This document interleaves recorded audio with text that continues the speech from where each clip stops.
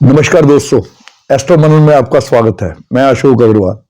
आज आपके साथ जो टॉपिक मैं चर्चा करने जा रहा हूं वो है शनि की साढ़े सती और ढैया। क्या ये हमेशा ही खराब होते हैं या अच्छे भी होते हैं? इसका इतना भय व्याप्त है समाज में कि जब भी किसी को डराना हो, तेरी शनि की साढ़े सती लग गई, शनि का ढैया लगा है, या आम ज्योतिषी आंकलन करने से पहले ही नाम पूछ के कह दे तेरे पर तो ढैया चल रहा है, साढ़े सती चल रही है। मगर ये साढ़े सती और ढैया कुछ कष्टकारी तो जरूर होता है, मगर कुछ राशि वालों के लिए बिल्कुल भी कष्टदायी नहीं होता। कुछ राशि वालों को लिए बहुत अच्छा होता है। कुछ स्थितियों में साढ़े साती में, जिस पे साढ़े साती चलती है, वो व्यक्ति इतनी तरक्की कर जाता है, इतनी उन्नति कर जाता है जैसी उसने कभी की ना हो। तो इसकी क्या वजह है? इन्हीं वजहों पे आज हम चर्चा करेंगे भी कुछ व्यक्तियों को साढ़े सती बहुत खराब करती है और कुछ व्यक्तियों को साढ़े सती बहुत उत्थान पे, बहुत ऊंचाई पे ले जाती है। इसके क्या कारण हो सकते हैं? आपने साढ़े सती को जब भी देखना हो, साढ़े सती क्या होती है पहले तो इस पे चर्चा करते हैं।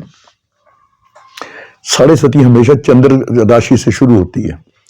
जिस भी राशि में आपका चंद्रमा हो, जब चंद्रमा उससे 12वें घर चंद्रमा हो, उससे जब शनि उसके 12वें घर में आता है, 2.5 साल रहता है, फिर उसके चंद्र राशि पे आता है, 2.5 साल वहां रहता है, फिर अगली राशि पे चंद्रमा से दूसरी राशि पे जब जाता है 2.5 साल तब रहता है। इसे कहते हैं 2.5 3 जो इसके राशियों का परिभ्रमण है वो साढ़े साती कहलाता है। उसके बाद शनि जब राशि से चौथे घर में जाता है तो उसे शनि की ढैया कहते हैं, और शनि जब राशि से 8वें घर में जाता है तो उसे भी शनि की ढैया कहते हैं। यानी कि 5 साल और 7.5 साल, 30 साल की आयु व्यक्ति की जब होती है तो उसमें 12.5 साल वो शनि के प्रभाव में रहता है। इस प्रकार अगर हम सोचें कि आदमी की आयु 100 वर्ष की है, मान लो आदमी 100 साल जीता है, तो 40 साल उसमें वो शनि के प्रभाव में रहता है। शनि वैसे भी कुंडली के 2 महत्वपूर्ण भाग 10वां और 11वां, मकर और कुंभ का स्वामी है। 10वां भाव आपका कर्म क्षेत्र है, आप क्या कर्म करते हैं, कैसे कर्म करते हैं, और 11वां भाव उससे मिलने वाले फल भी, उसके जो आपने कर्म किए हैं उसके आपको क्या फल दे, ये सब शनि का काम है। तो शनि जब चंद्रमा से साढ़े साती आती है तो उसमें ये बुरा प्रभाव कब देता है, अब इस पे चर्चा करेंगे। सबसे पहले आप अपनी कुंडली देखिए। अगर कुंडली में आपका लगन, पहला घर जो है, या लग्नेश जो पहले घर का मालिक है, कहीं भी बैठा हो, पहला घर मजबूत होना चाहिए। लग्नेश की मजबूती कुंडली को बहुत बल देती है। कुंडली के बहुत सारे जो दुर्योग होते हैं, बुरे योग होते हैं, अगर लग्नेश अकेला ही स्वस्थ हो या उत्तम स्थिति में हो तो ये जो साढ़े साती का प्रभाव है बहुत कम रहता है, या उसके प्रभाव को वो व्यक्ति बड़े हंसी खुशी से झेल जाता है। सबसे पहली कंडीशन है कि आपका लगन या लगन का मालिक ये कुंडली में बहुत अच्छी पोजीशन में होनी चाहिए। अगर लगन मजबूत है तो शनि की साढ़े साती का प्रभाव अगर होगा तो बहुत कम होगा। उसके दूसरे भाव में आते हैं फिर हम चंद्रमा की स्थिति कुंडली में क्या है। अगर चंद्रमा कुंडली में कमजोर है या अच्छा नहीं है या उसकी स्थिति अच्छी नहीं है, तब शनि ज्यादा परेशानी करता है। अगर चंद्रमा राहु या केतु के साथ हो, पहले ही पीड़ित चंद्रमा वाले को शनि की जो साढ़े सती या ढैया है ये ज्यादा परेशान करते हैं। मगर सबसे बढ़िया जो चीज है वो आप सबसे पहले लगन को देखें, फिर चंद्रमा को देखें। अगर लगन मजबूत है मगर चंद्रमा पीड़ित है तो साढ़े साती का जो फल है मिला जुला होगा। अगर चंद्रमा भी मजबूत है और आपका लगन या लग्नेश भी मजबूत है तो साढ़े साती का फल आपको अच्छा मिलने की बड़ी संभावना रहती है। अब कुछ राशियां ऐसी हैं या कुछ लगन ऐसे हैं जिनके लिए शनि बहुत बढ़िया प्रभाव देते हैं अपनी साढ़े साती में भी। जैसे वृष लगन है, वृष लगन में शनि 9वें 10वें भाव के होने के मालिक होने के कारण केंद्र और त्रिकोण के बहुत योग कारक हो जाते हैं। तो वृष लगन वालों को या वृष राशि वालों को शनि का जो साढ़े सती का प्रकोप है वो ना के बराबर रहता है। उसके बाद आती है तुला राशि। तुला राशि में भी शनि 5वें चौथे और पांचवें घर के यानी कि केंद्र और त्रिकोण के मालिक हैं, उसमें भी जो शनि का साढ़े सती का या ढैये का दुष्प्रभाव है वो नगण्य होता है। उसके बाद अब आते हैं मकर लगन पे या कुंभ लगन पे। इन दोनों का स्वामी, दोनों का लग्नेश शनि है। मकर और कुंभ लगन वालों को या राशि वालों को भी शनि की जो साढ़े साती है वो कम तंग करती है या अच्छा प्रभाव देती है। चंद्रमा अगर आपका नीच हो रहा है कुंडली में, नीच कुंडली वालों को जब चंद्रमा होता है, जब तक उसका नीच भंग ना हो तो साढ़े सती बहुत इनको तंग करती है।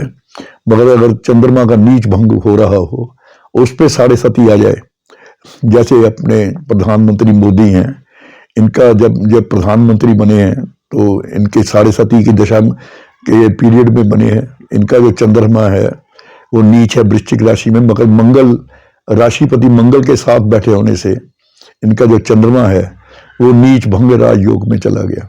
तो वहां पे जब साढ़े साती आई तो ये अपने प्रधानमंत्री बने मोदी। और इनसे पहले भी जवाहरलाल, इंदिरा, चरण सिंह, कुछ और उदाहरण है मंत्रियों के, मुख्यमंत्रियों के, जो साढ़े सती के पीरियड में प्रधानमंत्री या मुख्यमंत्री बने। इस प्रकार जो शनि की साढ़े साती है ये सबके लिए कष्टकारी नहीं होती, मगर ये कष्टकारी जरूर होती है थोड़ी बहुत, क्योंकि जो शनि है कर्मों का फल देता है। तो जब ये चंद्रमा से 12वें पहले और दूसरे भाव में या चौथे 8वें भाव में आता है, तो अगर कोई बुरे कर्म हो या कुंडली में बुरी स्थिति शनि की हो, चंद्रमा की हो, लग्नेश की हो, तो ये अवश्य कुछ दुख देता है। जब आपकी शनि की साढ़े सती चलती है तो उन दिनों में जब शनि प्रत्येक वर्ष में जब वक्री अवस्था में रहते हैं, तकरीबन 5 महीनों के लिए, ये वक्री 4.5 महीनों के लिए रहते हैं हर साल। तो उस वक्री अवस्था में अगर शनि कुंडली में वक्री हैं और आपकी साढ़े सती चल रही है और तब मतलब ब्रह्मांड में भी यानी कि ट्रांजिट में भी शनि वक्री हो जाए, वो पीरियड भी थोड़ा सा चिंता का विषय होता है। उसमें भी शनि अपना दुष्प्रभाव दे सकते हैं। अदरवाइज शनि की साढ़े सती से डरना नहीं चाहिए, इसको नाम सुन के नहीं डरना चाहिए, अपनी कुंडली का अवलोकन करना चाहिए। अगर आपकी किसी शुभ ग्रह की दशा चल रही है और शुभ ग्रह का ही अंतर चल रहा है या किसी योग कार ग्रह की दशा चल रही है, उसमें आपको साढ़े सती आ जाए या ढैया आ जाए, वो उसका फल आपको प्रतीत ही नहीं होगा कि कब आके चली गई। तो यानी कि जो आपकी दशाएं चल रही हैं, जो आपका वर्षफल आता है, उस वर्षफल में अगर वर्षफल में वैदिक के हिसाब से मुंथा अच्छे घरों में है तो भी शनि की साढ़े सती का प्रभाव बहुत कम होता है। बाकी एक और नई रिसर्च है, उस पर मैं आपको चर्चा करता हूँ। जो मेरे पास नोट्स हैं कुछ भी शनि नक्षत्र के हिसाब से अपना प्रभाव कैसे देते हैं। यदि जातक जन्म नक्षत्र शनि के नक्षत्र से, अगर जातक जिसकी साढ़े सती चल रही है उसका जन्म नक्षत्र शनि के नक्षत्र से 1, 2, 3 होवे तो ये बकरी का निशान है। ये किसी की रिसर्च है, मैंने उनसे ये देखी है, उनके लिए तो मैं बड़ा प्रभावित हुआ। उन्होंने बहुत ही ज़्यादा रिसर्च करके बनाए ये नोट्स। मैं ये आपके साथ जो मैंने उनके साथ स्टडी की है ये आपसे कर रहा हूँ। यदि जातक जन्म नक्षत्र शनि के नक्षत्र से 1, 2, 3 होवे तो ये बकरी का निशान है। इसका नतीजा ये होगा कि हानि और बुरे हालात होंगे। यदि शनि नक्षत्र से जन्म नक्षत्र 5, 4, 6, 7 होगा तो जातक की तो उसकी संज्ञा घोड़ा होगी। इसका फल जीत, सफलता, खुशी देगा। आप अपना जन्म नक्षत्र लिख लीजिए। 27 नक्षत्र होते हैं।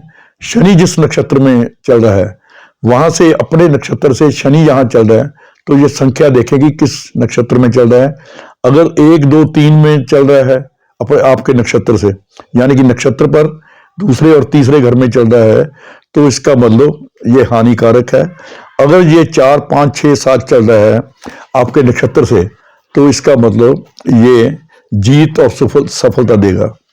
यदि शनि नक्षत्र से जन्म नक्षत्र 8, 9, 10, 11, 12, 13, अगर आपके जन्म नक्षत्र से जो शनि नक्षत्र चल रहा है, जो शनि नक्षत्र जिसमें चल रहा है उससे आपका नक्षत्र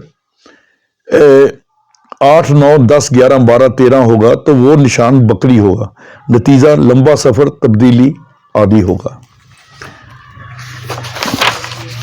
यदि शनि नक्षत्र से जन्म नक्षत्र 14, 15, 16, 17, 18 यानी कि जो शनि नक्षत्र जिसमें चल रहा है उससे आपका नक्षत्र 14, 15, 16, 17 और 18 आ रहा हो तो निशान हाथी होगा। नतीजा काफी संपत्ति देगा, शुभ फल देगा। जातक के लिए सहयोगी जो उसके सहयोगी हैं वो सहायक सिद्ध होंगे। शनि नक्षत्र से जन्म नक्षत्र 19, 20 होवे तो निशान भैंस होगा। ये ना अच्छा ना बुरा, सम फल होगा।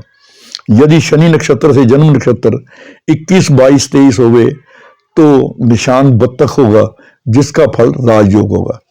अगर शनि जिस नक्षत्र में चल रहा है आपका नक्षत्र उससे 21, 22 और 23वां आ रहा है तो इसका फल यानी कि आपका राजयोग घटित हो सकता है। शनि नक्षत्र से जन्म नक्षत्र 24, 25 होवे तो निशान बैल होगा। ये सुख और आराम का समय होगा।